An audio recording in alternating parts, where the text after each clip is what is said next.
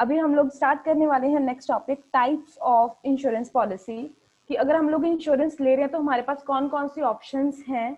ठीक है, जैसे यहाँ पे दो ऑप्शंस हमारे पास अवेलेबल हैं, एक है री इंश्योरेंस एंड नेक्स्ट वन है डबल इंश्योरेंस। नाम से सेम लग रहा है, री इंश्योरेंस का मतलब कि दो बार इंश्योरेंस लेना, और डबल इंश्योरेंस का मतलब भी ये है कि दो या एक से ज्यादा पर्सन से हम जब इंश्योरेंस पॉलिसी लेते हैं, but still there is a difference.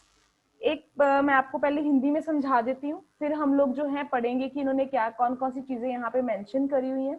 So first one जो इन्होंने लिखी है यहाँ पे, मैं आपको बता दूं कि री इंश्योरेंस का केस क्या होता है। जब एक insurance company, note my words, जब एक इंश्योरेंस कंपनी दूसरी इंश्योरेंस कंपनी से पॉलिसी लेती है, उसको मैं कहती हूँ री इंश्योरेंस। दोबारा बोल रही हूँ, जब एक इंश्योरेंस कंपनी, जैसे फॉर एग्जांपल कि आपने HDFC कंपनी से इंश्योरेंस पॉलिसी ली, और जब HDFC कंपनी किसी और से अपने आप को इंश्योर्ड कराती है, तो मैं उसको क्या कहूंगी, री इंश्योरेंस। बट अगर एक person, person in the sense public, individual, आप लोग, जब आप एक या एक से ज्यादा लोगों से इंश्योरेंस पॉलिसी लेते हो, तो उसको हम क्या कहेंगे, डबल इंश्योरेंस। ठीक है, दोबारा वो चीज मैं आप लोगों को क्लियर करा रही हूँ कि जब जैसे आप लोगों ने किसी भी HDFC कंपनी थी उससे अपनी जो पॉलिसी ली, और HDFC ने किसी बी कंपनी से अपने आप की इंश्योरेंस करा ली, तो इन दोनों के बीच के जो कॉन्ट्रैक्ट है, इन दोनों के बीच का जो कॉन्ट्रैक्ट है, उसको मैं क्या कहूंगी, री इंश्योरेंस। ये बात क्लियर। और जब मैं बात करी हूँ कि ए पर्सन, फॉर एग्जाम्पल वो कोई भी हो सकता है, पवन हो सकती है, किरण हो सकती है, जब इन्होंने ए कंपनी से, बी कंपनी से, सी कंपनी से, या जितनी भी कंपनी से इंश्योरेंस पॉलिसी ली है, तो मैं उसको क्या कहूंगी, डबल इंश्योरेंस। ये चीज हमेशा ध्यान में रखना। अब इस जो हमारे पूरे टॉपिक में पढ़ने वाली बात कौन सी है, वो ये है कि जब मैं बात करती हूँ री इंश्योरेंस की, बच्चे री इंश्योरेंस में इंश्योरेंस कंपनी का, जैसे ए, और मैंने यहाँ पे HDFC कंपनी की बात करी थी और बी कंपनी की बात करी थी, ये इसके लिए क्या है, इंश्योरर, और ये इसके लिए क्या है, इंश्योरर। क्योंकि हमने इंश्योरर की बच्चे डेफिनेशन क्या पढ़ी है, जो जिस पर्सन से या जिस कंपनी से इंश्योरेंस पॉलिसी ली जाती है उसको इंश्योरर कहते हैं, और जो पर्सन इंश्योरेंस पॉलिसी लेता है उसको इंश्योर्ड कहते हैं।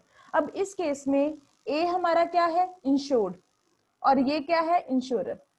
और जब एच ने बी से इंश्योरेंस पॉलिसी ली, तो ये क्या हो जाएगा, इंश्योरर, और ये क्या हो जाएगा, इंश्योर्ड।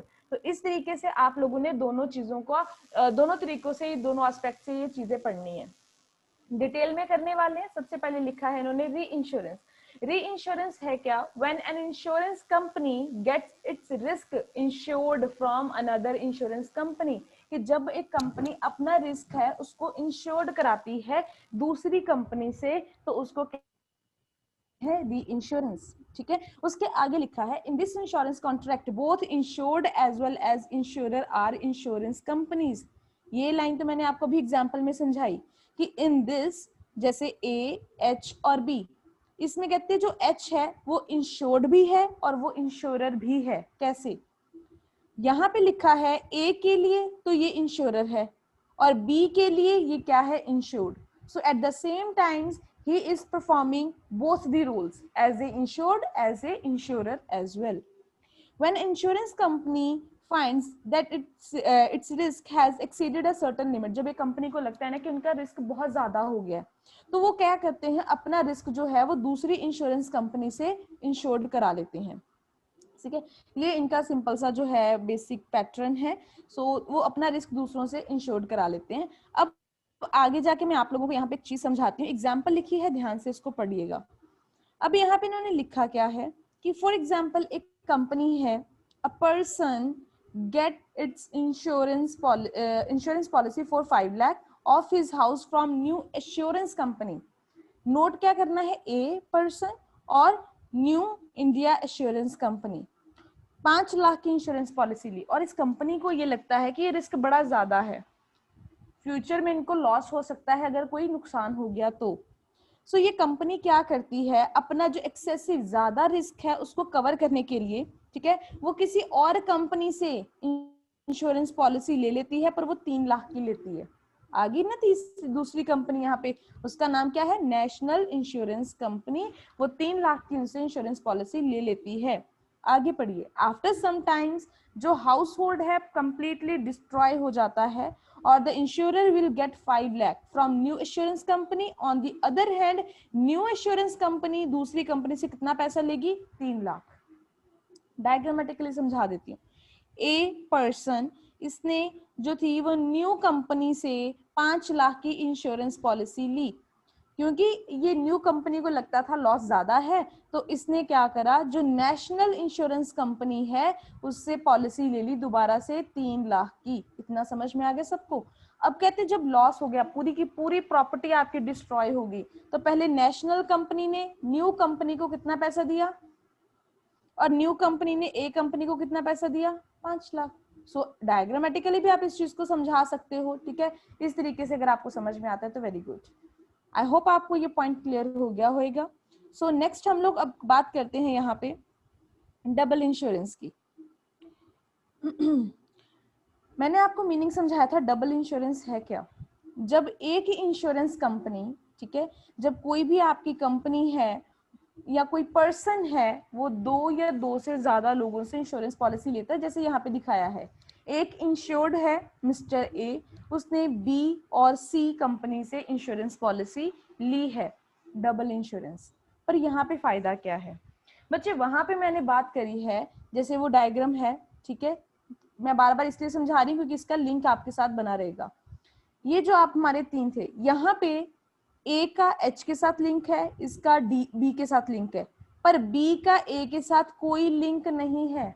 अभी मैंने डिफरेंस कराना है तो इसीलिए ध्यान से अभी सुन लो कि जब मैं री इंश्योरेंस की बात करती हूँ तब ओरिजिनल इंश्योर्ड और री इंश्योरर का आपस में कोई लेना देना नहीं है। मेरा सिर्फ एच के साथ लेना देना है और एच का बी के साथ लेना देना है।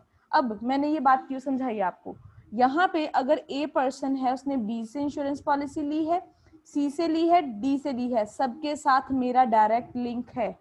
सिर्फ कितनी पार्टीज इन्वॉल्व है, ए के साथ बी एक पार्टी, यहाँ पे भी सॉरी 2 पार्टी, यहाँ पे 2 पार्टी, यहाँ पे 2 पार्टी, यहाँ पे कहीं पे भी 3 पार्टीज इन्वॉल्व नहीं है। अब यहाँ पे लाइन टू लाइन पढ़ते हैं। Double insurance stands for insurance of the same property और person more than one time by insured himself. Insured himself means I am talking about you people. आप लोगों ने पॉलिसी ली है, यहाँ पे अंडरलाइन करिए ये वर्ड, सेम प्रॉपर्टी।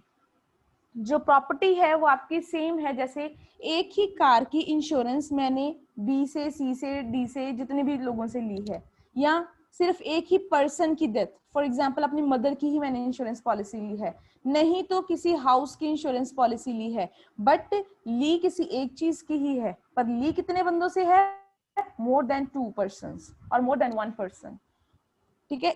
इसलिए ये वर्ड जरूर अंडरलाइन करना, सेम प्रॉपर्टी और पर्सन उसकी इंश्योरेंस लेते हो, ठीक है, ज्यादा लोगों से। Double insurance has different implications for life insurance and general insurance. बच्चे this is the important part of this topic. Double insurance की implication for life insurance and general insurance different है। आपको समझाती हूँ मैं यहाँ पे।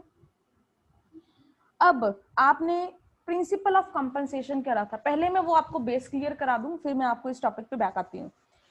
प्रिंसिपल ऑफ कंपनसेशन ये कहता है कि अगर आपने 1, 2 या 2 से ज्यादा लोगों से इंश्योरेंस पॉलिसी ली है, तो जब आपका लॉस होता है तो कंपनीज आपको सारा का सारा अमाउंट नहीं देंगी। आपको कितना लॉस दिया जाएगा, ठीक है, मतलब जितने का नुकसान हुआ है सिर्फ उतना ही पैसा मिलेगा, चाहे कंपनियों को आपस में पैसा बांटना क्यों ना पड़े। एग्जाम्पल देती हूँ, पहले लाइफ इंश्योरेंस की बात करते हैं। लाइफ इंश्योरेंस में फॉर एग्जांपल मैं अपनी बात करूं, मैंने बी कंपनी से 5 लाख की इंश्योरेंस ली, सी कंपनी से 5 लाख की इंश्योरेंस ली, डी कंपनी से 10 लाख की लाइफ इंश्योरेंस ली। मैं बात किसकी कर रही हूँ, मेक श्योर लाइफ इंश्योरेंस की बात हो रही है अभी। लाइफ इंश्योरेंस में मैंने पहले 5 लाख की इंश्योरेंस ली, फिर मैंने 5 लाख की ली, फिर मैंने 10 लाख की ली। कल को अगर कोई भी मतलब डेथ हो जाए 10 साल में, या 10 साल से पहले सॉरी डेथ हो जाए या 10 साल कंप्लीट हो जाए, हम क्या वर्ड यूज करते हैं, fixed period of period fix time period और happening of certain event which ever is earlier, पैसा मिल जाएगा। 5, 5, 10, 20 लाख पैसा मिलेगा ही मिलेगा, कुछ भी हो जाए, ठीक है। कोई मतलब अगर मेरी डेथ होती है तब भी ये 20 लाख मिलेगा, अगर नहीं होती तब भी पैसा मिलेगा 20 लाख। डबल इंश्योरेंस का फायदा किस केस में है? लाइफ इंश्योरेंस में। पर डबल इंश्योरेंस का जो फायदा है आपको जनरल इंश्योरेंस में नहीं है। वही बात, जनरल इंश्योरेंस होती क्या है, जब आप लोग फायर के अगेंस्ट, एक्सीडेंट के अगेंस्ट, या हम कहें कि शिप के सॉरी मैरीन इंश्योरेंस, ये सारी इंश्योरेंस कराते हो अदर देन लाइफ इंश्योरेंस, जो भी इंश्योरेंस हमारी यहाँ पे आती हैं। तो जनरल इंश्योरेंस में वो ये कहते हैं कि मान लो सेम कार है, उसकी मैंने इंश्योरेंस पॉलिसी ली बी से 5 लाख की, सी से 5 लाख की, डी से 10 लाख की, और लॉस जब हुआ मुझे सिर्फ 3 लाख हुआ। जब कार का नुकसान हुआ, मैंने इतनी इतनी पॉलिसी तो ले ली, मैंने ये सोचा कि 5 लाख की कार है, कल को अगर ये टूट भी गई, एक्सीडेंट हो गया, कुछ भी हो गया, चोरी हो गई, तो मुझे ये कंपनी की तरफ से 5, 5, 10, 20 लाख रुपया मिलेगा। तो मैं तो अपनी कार खुद ही तोड़ दूंगी कि 5 लाख के बदले अगर मुझे 20 लाख मिल रहा है तो मैंने कार क्या करनी है, मैं तोड़ दूंगी ना उसको। तो इसलिए लिखा है जनरल इंश्योरेंस का रूल ये कहता है कि कार अगर मोर देन 2% या 2 इंश्योरेंस कंपनी से आपने इसको इंश्योर्ड कराया है, तो आपको प्रोपोर्शनेट अमाउंट मिलेगा, या जितने अमाउंट का आपको लॉस हुआ है उतना अमाउंट मिलेगा, सारे की सारी इंश्योरेंस पॉलिसी नहीं मिलेगी। यहाँ पे तो आपको पूरा 20 लाख मिल रहा था इन case of life insurance, but in case of general insurance आपको सिर्फ का सिर्फ 3 लाख रुपया मिलेगा, जो मर्जी हो जाए।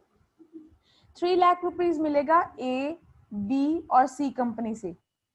1-1 लाख ले लो इनसे, जिस तरीके से भी आपने लेना है, या फिर एक ही कंपनी से पूरा 3 लाख ले लो, बाकी से कुछ भी ना लो, पर मिलना आपको कितना है? 3 लाख ही मिलना है।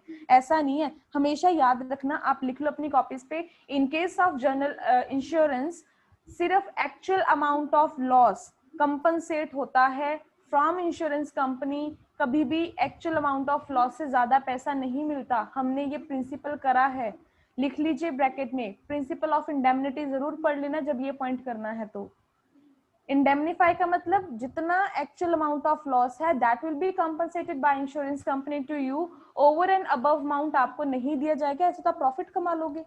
आई होप आपको ये पॉइंट अब क्लियर हो गया होगा, जो मैंने ये चीज आपको समझाने की कोशिश करी है कि जो आप लोगों की इम्प्लीकेशंस हैं कि डबल इंश्योरेंस के जो रूल्स हैं लाइफ इंश्योरेंस के लिए डिफरेंट है, जनरल इंश्योरेंस के लिए डिफरेंट है।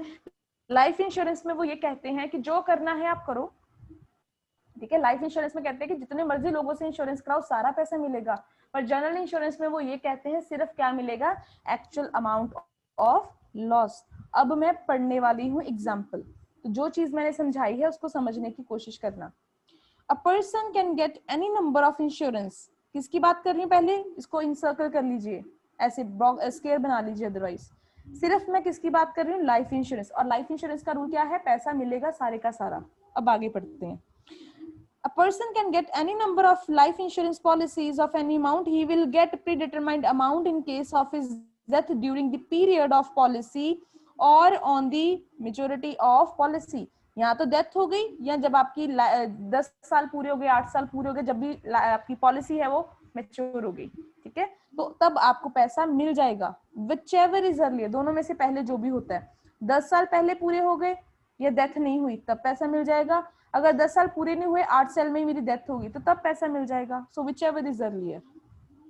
अब सॉरी यहाँ पे आ जाइए, ये किसकी बात कर रही हूँ अब मैं? General insurance. और जनरल इंश्योरेंस का रूल ये कहता है कि आप लोगों को सिर्फ क्या मिलेगा? Actual amount of loss, pre determined amount, जो जितना हमने पहले सोचा है उतना नहीं मिलने वाला। तो अब देखते हैं कि कैसे पैसा मिलेगा।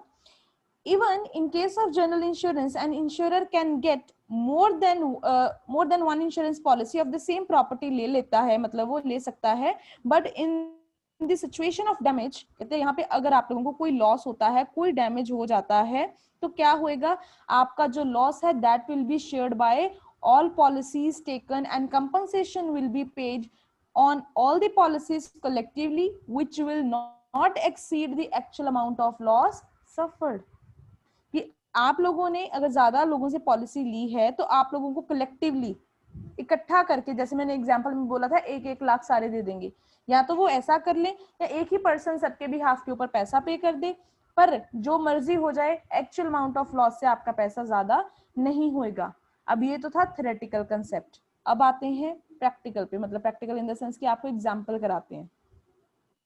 सो एग्जाम्पल में ये क्या कहते हैं, ध्यान से सुनिएगा, आप लोगों से मैंने क्वेश्चन पूछ सकती हूँ, ठीक है। A person gets his house insured from A and B insurance company 40,000 and 60,000. दो कंपनीज, एक से 40,000 और एक से 60,000। कॉमर्स वाले हो तो आपको वर्ड समझा दो रिस्पेक्टिवली, जब भी वर्ड आता है इसका मतलब पहला वाला पहले वाले के लिए अमाउंट लिखा है, बी के लिए 60,000, इस तरीके से, ठीक है। सो उन्होंने दो कंपनीज और उनके अमाउंट बता दिए। If that person suffer loss of 40,000, आगे मत पढ़ो कुछ भी छोड़ दो भी।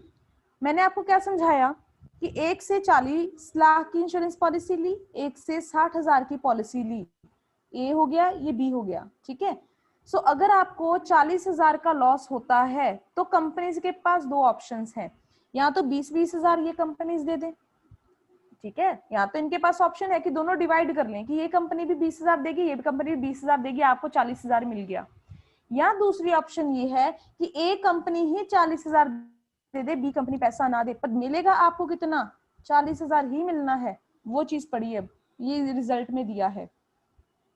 सो कहते हैं अगर पर्सन को 40,000 का डैमेज होता है, he can either claim 20,000 from both companies, दोनों कंपनी से 20-20 हजार ले लिया, और नेक्स्ट केस क्या है, he can compensated his loss by claiming 40,000 from one company only, या किसी एक कंपनी से ही वो 40,000 ले ले, तो दोनों केसेस में उसको मिलेगा कितना, सिर्फ 40,000, मतलब only the actual amount of loss, not कि उसने पॉलिसी 40-60 यानी कि 1 लाख की लिया, 1 लाख उसको नहीं मिलेगा। एक ऑप्शन ये है, एक ऑप्शन ये है, और एक ऑप्शन ये है। अभी मैं बताती हूँ ये वाली ऑप्शन कैसे है, आप सबको आई होप ये समझ में आ गया होगा। या तो वो डिवाइड कर ले सेम 1:1 कि 20 आप दो 20 मैं देती हूँ, 40 हो गए पूरे, या सिर्फ मैं ही 40 दे देती हूँ, बाकी कंपनीज नहीं देनी। और तीसरी ऑप्शन है रेशियो, जिसको हम कहते हैं, लिख लीजिए, प्रोपोर्शनेट मेथड। हमने पढ़ा है ये कहाँ पे, प्रिंसिपल ऑफ कॉन्ट्रीब्यूशन में। तो यहाँ पे मैं आपको करा रही हूँ, एक कंपनी से मैंने लिया 40,000 और एक कंपनी से मैंने लिया 60,000। मैंने अगर इसकी रेशियो निकालनी हो तो सेम टेबल पे ये चले जाएंगे। कितनी रेशियो निकली, 2:3। आई होप सब बच्चों को रेशियो निकालनी आती है। सेम डिजिट काट दिए और सेम टेबल के ऊपर 2 2 2 4, 2 3 6, तो ये हमारी रेशियो निकल आई 2:3। अमाउंट ऑफ लॉस कितना था, 40,000, यही देना था ना। तो ए कंपनी कितना देगी, 2 रेशियो और 3 + 2 = 5, तो यानी कि डिवाइडेड बाय 5 हो जाएगा। और दूसरी कंपनी कितना देगी, यानी कि ये कितना आपका आ गया, 16,000।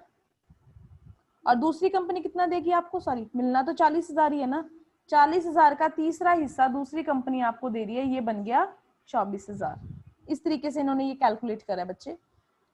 तो अगर आप यहाँ पे आपको लगता है ना थोड़ा टेक्निकल हो रहा है, तो यहाँ तक ही लिख लेना, बस एग्जामिनर को समझाना आना चाहिए कि आपको ये समझ में आ रहा है कि पैसा मिलेगा कैसे।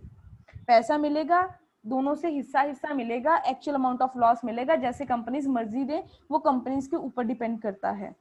आई होप आपको इतना पॉइंट जो है वो क्लियर हो गया होगा। अब सबसे पहले गो थ्रू हुई जल्दी से इस डिफरेंस से, ये डिफरेंस में क्या दिया है, क्या लिखा है, ठीक है, अकॉर्डिंगली फिर हम डिस्कस करते हैं। जल्दी से देखिए, सब बच्चों के पास बुक्स हैं, नहीं तो स्क्रीनशॉट तो मैंने की हुई है,